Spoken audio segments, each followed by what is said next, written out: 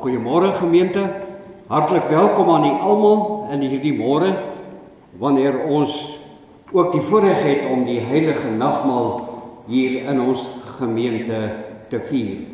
Ek wil ook baie welkom sê aan besoekers uit ander gemeentes, miskien vanmôre saam met ons. En ek wil tog net vir u noem dat die gebruik in die AP Kerk is dat ons vooraf net toestemming vra om die nagmaal te gebruik.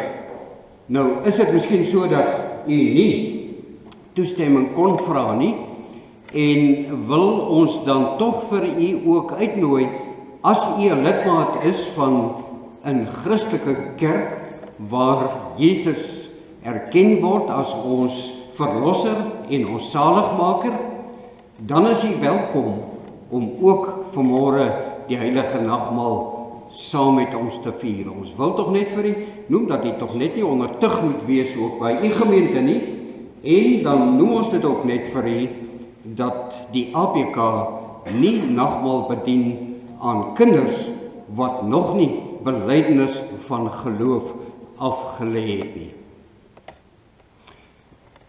Kom ons word nou stil voor die Here.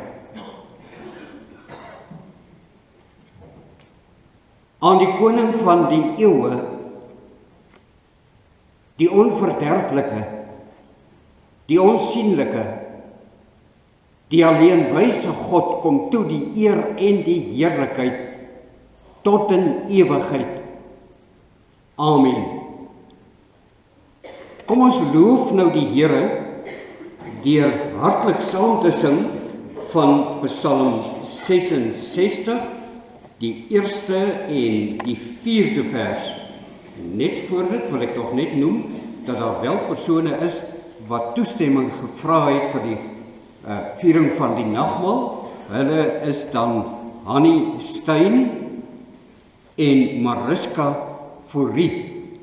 U is welkom om ook die nagmaal saam te gebruik, so die kerkraad dit goedgekeur. Psalm 66 is ons lofsang en ons sing daarvan die eerste en die tweede vers. Juig aarde, juig met blyde galme, laat jubels opstyg uit die stof. Die tweede vers, die aarde met sy verste lande moet biddend voor die Here buig. Psalm 66 vers 1 en vers 2.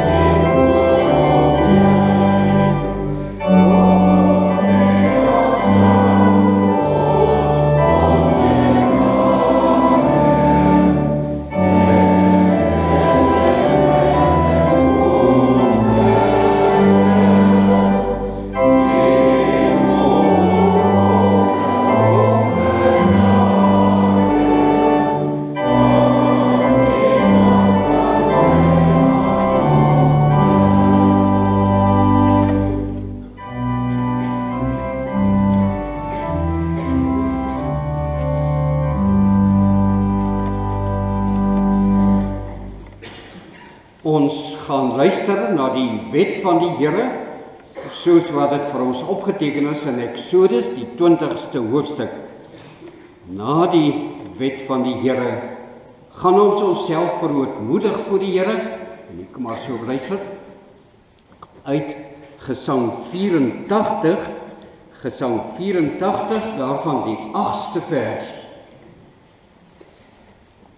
Ek glo aan die skuldvergewing deur die Heer se middelaarsbloed.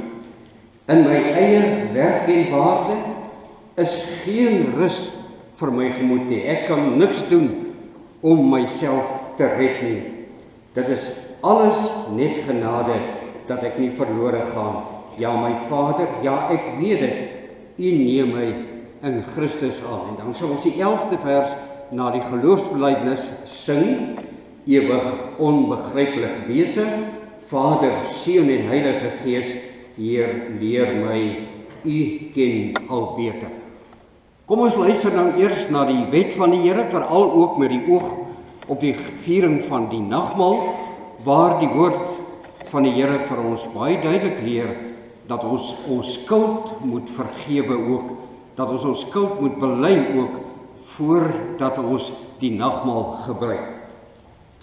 Ons lees dan daar in Exodus 20, Ek is die Here jou God, wat jou uit Egipte land, uit die slawehuis uitgelei het. Jy mag geen ander gode voor my aangesig hê nie. Jy mag vir jou geen gesnede beeld of enige gelykenis maak van wat bo in die hemel is, of van wat onder op die aarde is, of van wat in die waters onder die aarde is nie. Jy mag jou voor hulle nie neerbuig en hulle nie dien nie, want ek, die Here jou God, is 'n jaloerse God, wat die misdaad van die vaders besoek aan die kinders, aan die 3de en aan die 4de geslag van die wat my haat. En ek bewys barmhartigheid aan duisende van die wat my liefhet en my gebooie onderhou. Jy mag die naam van die Here jou God nie uitelik gebruik nie, want die Here sal die een wat sy naam uitelik gebruik, nie ongestraf laat bly nie. Gedenk die Sabbatdag, dat jy dit heilig. 6 dae moet jy arbei en al jou werk doen, maar die 7de dag is die Sabbat van die Here jou God. Dan mag jy geen werk doen nie. Jy of jou seun of jou dogter of jou diensknegt of jou diensmaagd of jou vee of jou vreemdeling wat in jou poorte is nie. Want in 6 dae het die Here die hemel en die aarde gemaak, die see en alles wat daarin is, en op die 7de dag het hy gerus. Daarom het die Here die Sabbatdag geseën en dit geheilig. Eer jou vader en jou moeder, dat jou dae verleng mag word in die land wat die Here jou God aan jou gee. Jy mag nie doodslaan nie, jy mag nie egbreek nie, jy mag nie steel nie, jy mag geen valse getuienis teen jou naaste spreek nie, jy mag nie jou naaste se huis begeer nie, jy mag nie jou naaste se vrou begeer nie, of sy diensknegt, of sy diensmaagd, of sy os, of sy esel, of iets wat van jou naaste is nie. En nou geliefdes, dat ons weer so duidelik die wet van die Here aangehoor het, moet ons ook maar vanmôre weer kom erken, dat ons skuldig staan teenoor die Here. Kom ons bely nou ons skuld voor die Here, wanneer ons Gesang 84, die 8ste vers gaan sing.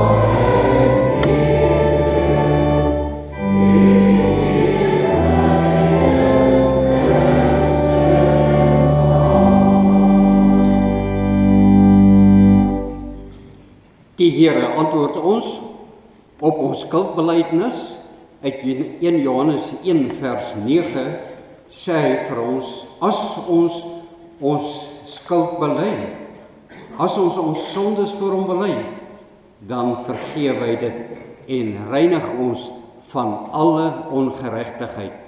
As u dus vanmôre ook u skuld opreg voor die Here bely het, kan ek op grond van hierdie teks ook vir u verkondig dat die Here al u skuld vir u vergewe het en dat u ook nou weer in 'n nuwe verhouding tot hom staan.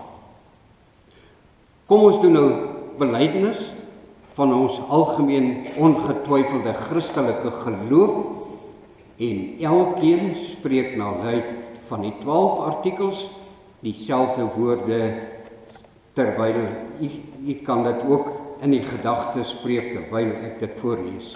Kom ons doen nou belydenis van ons geloof.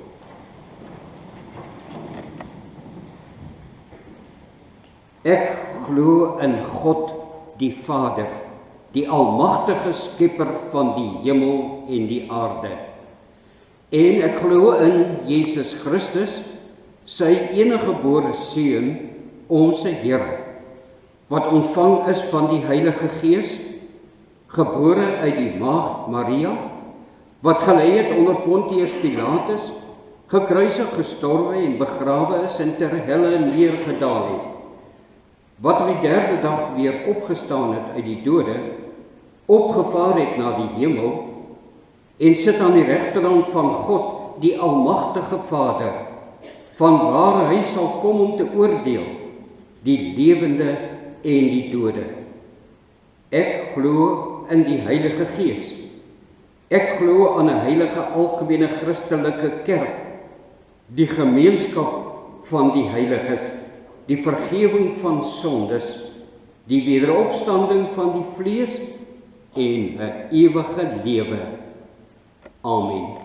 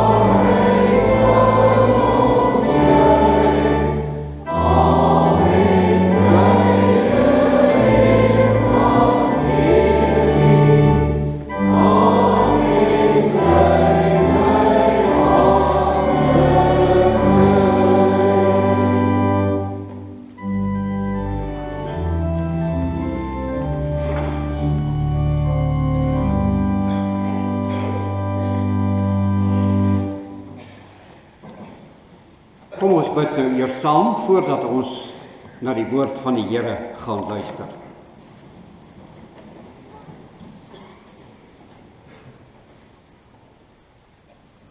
Almagtige, barmhartige God en Vader, ons wil aan hierdie môre ook weer voor U kom buig en in U naam wil ons ook vir U dankie kom sê vir die voorreg dat U vir ons saamgebring het hier in U huis. U wat ons verlosser en ons heiland is. En ons dankie dat ons onsself in U kinders mag noem. Wat 'n heerlike voorreg is dit nie, om so 'n wonderlike Vader te kan hê nie. Baie dankie dat U ons weer vanmôre hier saamgebring het, dat ons ook weer rondom die nagmaalstafel saam met U kan vergader en dat ons ook hier weer daardie wonderlike voorreg kan kry om verseker te word dat U vir ons sondes vergewe het. Vader, ons wil ook dan vra, help vir ons in hierdie môre, dat die rustigheid van die Sondag, van die Sabbat, ook in ons harte ingedra sal word, sodat ons tog ook nie sal deel wees van die geraas daar buite nie, maar dat ons kan stil word en dat ons kan besef wat U vir ons gedoen het toe U dierbare seun aan die kruishout gesterf het. En wanneer ons nou na U woord gaan luister, dan bid ons dat U vir ons die krag sal gee, dat ons in die geloof ook mag opvaar bo alles wat verganklik is in hierdie wêreld, en dat ons gebring sal word in die voorhowe van die hemel. Openbaar in ons die wondere van die heiligheid, o Here, en dat ons nuwe skatte in U ondeurgrondelike rykdomme sal ontdek. Help ons dan, Here, dat ons nie sal probeer voortleef op die manna van gister nie, maar dat ons vandag die vars voedsel van U woord sal kan inneem, en dat ons getrou daaraan sal bly, en dat ons U ook sal verheerlik. Vader, ons bid U, wil U nou ook U diensknegt verberg agter U kruis, en laat U woord alleen voorop staan, wanneer ons daarna luister. Ons bid dit om Jesus Christus ontwil. Amen.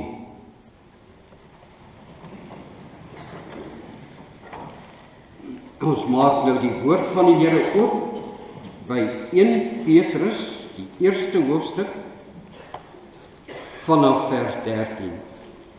1 Petrus 1, vanaf die 13de vers. Dit gaan hier oor die vermaning om heilig te wees. Daarom, omgord die lendene van julle verstand, wees nugter en hoop volkome op die genade wat julle deel word by die openbaring van Jesus Christus. Soos gehoorsame kinders, moet julle nie julle lewe inrig volgens die begeerlikhede wat tevore in julle onwetendheid bestaan het nie. Maar soos hy wat julle geroep het heilig is, moet julle ook in julle hele lewenswandel heilig word, omdat daar geskrywe is, wees heilig, want ek is heilig. En as julle hom as Vader aanroep wat sonder aanneming van die persoon oordeel volgens elkeen se werk, wandel dan in vrees gedurende die tyd van julle vreemdelingskap, omdat julle weet dat julle nie deur verganklike dinge, silwer of goud, losgekoop is uit julle eie lewenswandel wat deur die Vaders oorgelewer is nie, maar deur die kosbare bloed van Christus, soos van 'n lam sonder gebrek en vlekkeloos, wat wel vooruitgeken is voor die grondlegging van die wêreld, maar in die laaste tye geopenbaar is om julle ontwil. Julle wat deur hom glo in God, wat hom uit die dode opgewek en hom heerlikheid gegee het, sodat julle geloof en hoop op God kan wees. As julle in gehoorsaamheid aan die waarheid julle siele deur die Gees tot ongeveinsde broederliefde gereinig het, moet julle mekaar vurig lief hê uit 'n rein hart. Want julle is wedergebore, nie uit verganklike saad nie, maar uit onverganklike, deur die lewende woord van God wat tot in ewigheid bly. Want alle vlees is soos gras en al die heerlikheid van die mens soos 'n blom van die gras. Die gras verdor en sy blom val af, maar die woord van die Here bly tot in ewigheid. En dit is die woord wat aan julle verkondig is. Tot sover ons skriflesing.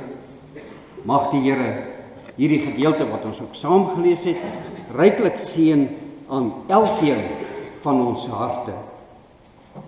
Ek wil net weer graag vir u verse 18 en 19 lees uit 1 Petrus. Omdat julle weet dat julle nie deur verganklike dinge, silwer of goud, losgekoop is uit julle ydelle lewenswandel, waardeur die Vaders oorgelewer is nie, maar deur die kosbare bloed van Christus, soos van 'n lam sonder gebrek en vlekkeloos. Geliefdes in ons Here Jesus Christus, ons hoor elke dag van nuwe dinge wat uitgevind word om die mens se lewe hier op aarde makliker te maak. Dink maar aan iets so skoonmaakmiddels. Die een wil net beter wees as die ander. En met die nuutste hoor jy alle vuilheid verdwyn. Die vuilste kolle word uitgehaal sommer in 'n japtrap. Maar nou is daar een ding wat die mens nog nooit kon uitvind nie, en dit is om sondes net so uit te wis. Want sondes het ook die manier om vuil te maak. Dit maak jou gedagtes vuil. Dit laat jou verkeerde dinge doen. En so kan ons maar aangaan. En die mens kon nog nooit iets uitvind wat daardie dinge net so kan laat verdwyn nie. Maar nou het ons vanmôre in 1 Petrus 1 gelees dat daar wel 'n wondermiddel bestaan wat sonde uitwis, en dit is bloed. Geliefdes, bloed is seker een van die kosbaarste bestanddele van die menslike liggaam. Want sonder bloed kan geen liggaam bly lewe nie. 'n Mens kan 'n groot en 'n fris geboude liggaam hê, maar as dit aan bloedarmoede ly, dan is dit kragteloos. En nou moet ons ook onthou dat veral hier in vakansietye kom daar gewoonlik 'n dringende oproep dat mense tog bloed moet skenk. Die bloedbank is kort aan bloed. En dan is daar gewoonlik mense wat positief hierop reageer en wat ook hulle bloed gaan skenk om ander mense se lewens te red. En nou wonder 'n mens ook hoeveel mense se lewens al gered is deur bloed wat so geskenk is. Bloed is dus kosbaar vir 'n mens se lewe. Maar dit is nie alleen vir die mens kosbaar nie, maar veral ook vir God. Bloed is van die begin af deur God as baie belangrik beskou. In Genesis 9 vers 6 sê God byvoorbeeld, hy wat die bloed van 'n mens vergiet, sy bloed sal deur 'n mens vergiet word. Bloed mag dus nie vergiet word nie, omdat dit so kosbaar is by God. So kosbaar, sê Petrus, is dit dat jy dit nie eers met goud en silwer kan koop nie. Nou vir die Ou Testamentiese volk van die Here was bloed altyd die teken van lewe gewees. Hulle het ook geglo dat 'n mens se siel in die bloed gesetel is. Elke keer by die viering van die Pasga is hulle herinner aan die bloed van die paaslam wat by die uittog uit Egipte geslag was. Die bloed aan die deurposte was daardie nag met die uittog uit Egipte juis die teken vir die doodsengel om verby te gaan. Ja, die bloed het vir daardie mense hulle lewe gespaar in daardie tyd. En daarom is die bloed vir hulle so belangrik gewees. En so, geliefdes, het die bloed van die paaslam vir almal die teken van redding geword. Redding en bevryding. Bevryding van die slawerny. Maar wat beteken dit nou vir ons vandag? Dit praat ook met elkeen van ons, want op Goeie Vrydag is daar ook 'n paaslam vir ons geslag, toe Jesus Christus homself aan die kruis leeg gebloei het. Ja, daar het hy ons met sy kosbare bloed gekoop. Nie met silwer of goud staan daar nie, maar met die bloed van die Seun van God is ons gekoop. Daar het Jesus die grootste bloedskenker van alle tyd geword. Want wie sy lewe gered wil hê, kan maar net na hom toe gaan. Johannes, daardie disipel vir wie Jesus so innig lief gehad het, moes seker baie naby aan die kruis op Golgotha gestaan het, want hy skrywe dat toe 'n soldaat met 'n spies daar in die sy van ons Here Jesus gesteek het, toe het daar dadelik water en bloed uitgekom. Nie net water nie, want water was miskien genoeg vir die Fariseërs gewees, want hulle het allerhande reinigingsgebruike gehad. Maar daar het ook bloed uitgekom. Bloed wat vir u en vir my vergiet is. Spesiale bloed kan ons sê. Spesiale bloed wat die sonde afwas en dit laat verdwyn. Bloed wat net deur 'n middelaar geskenk is. Sonde het mos die manier om te besoedel. Dit maak ons gedagtes vuil. Dit maak ons lewe vuil. Dit maak dat ons sonde doen en dit neem die vreugde en die blydskap uit jou hart uit weg. Dan moet die sonde eers weer afgewas word, sodat ons gelukkig kan wees. Jy moet verlos word, want alleen die bloed van Jesus Christus reinig ons van al ons sondes. En geliefdes, ons moet ook dit onthou. Al word jou geloofsoog soms dof van die sonde of van die twyfel, dan moet jy weet, God sien nog die bloed raak, solank hy Jesus Christus se bloed oor ons sien, sal hy jou nooit laat verlore gaan.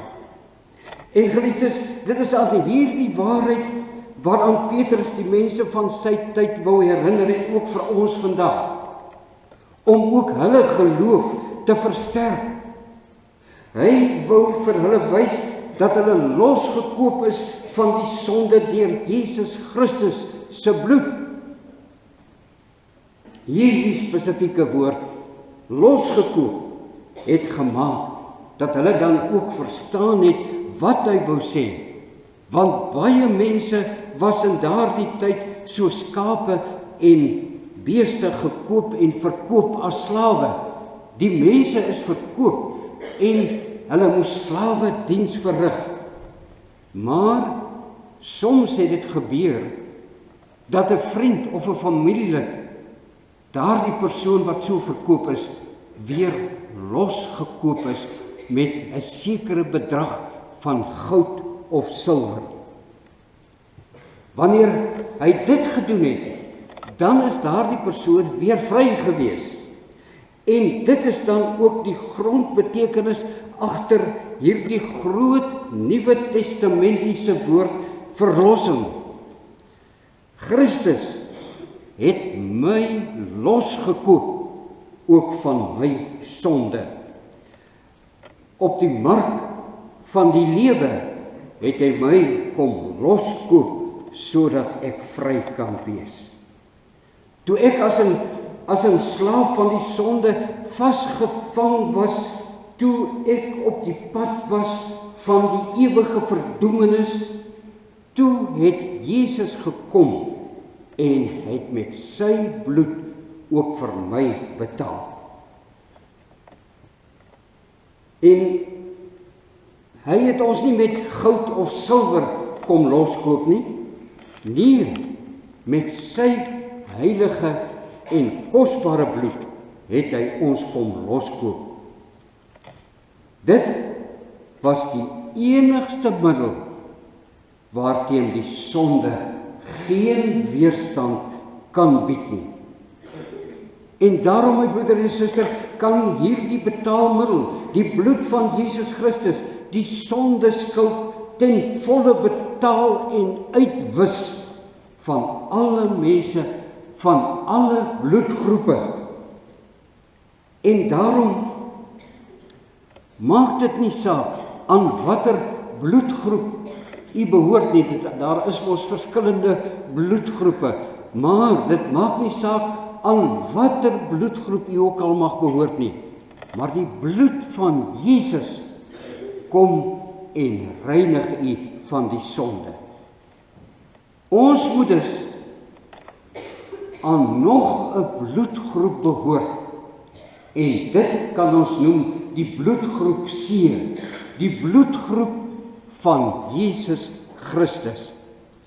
As u dus vir Jesus as u verlosser het, dan behoort u ook aan sy bloedgroep en dan word u ook losgekoop van u sonde. Wat 'n wonderlike gedagte is dit nie? Die Here Jesus het ook vir my gesterf. Hy het sy bloed vir my vergiet, sodat ek ook verlos kon word van my sonde. Nou geliefdes, as sondaars ly ons ook maar aan bloedarmoede, as gevolg van die sonde. Ons het net nie meer daardie krag en die durf om ten bloede te veg teen die aanvalle van die duiwel nie, omdat ons bloed vergiftig is deur die sonde. En vir die sonde moet daar betaal word. Daarom is daar alleen een hoop vir so 'n mens, en dit is om 'n bloedoortapping te kry deur die reinigende bloed van Jesus Christus. Ons moet nuwe mense, lewende mense word.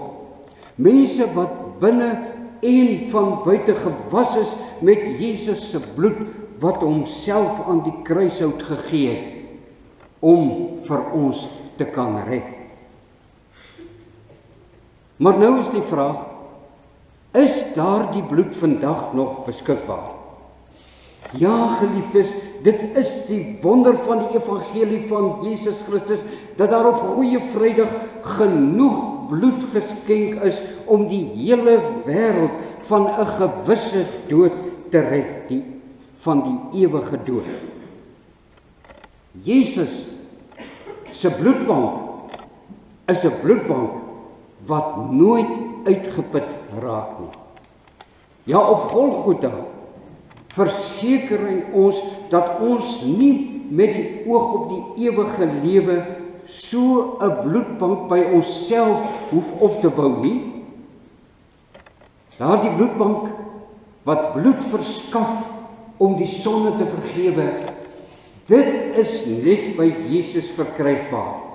En dit maak nie saak aan watter bloedgroep u ook al behoort nie, want die bloed van Jesus Christus verloor nooit sy krag nie. Geliefdes, dit is dan ook waarom u en ek vanmôre na die nagmaalstafel gekom het, om weer eens herinner te word daaraan dat Jesus Christus ons deur sy bloed losgekoop het van die sondemag. Ons is hier om as ware weer 'n bloedoortapping te kry onder die baie spesiale bloedgroep, die bloedgroep C, die bloedgroep van Jesus Christus. Want die bloed van Christus, sy seun, reinig ons van alle sonde, so staan daar in 1 Johannes 1 vers 7.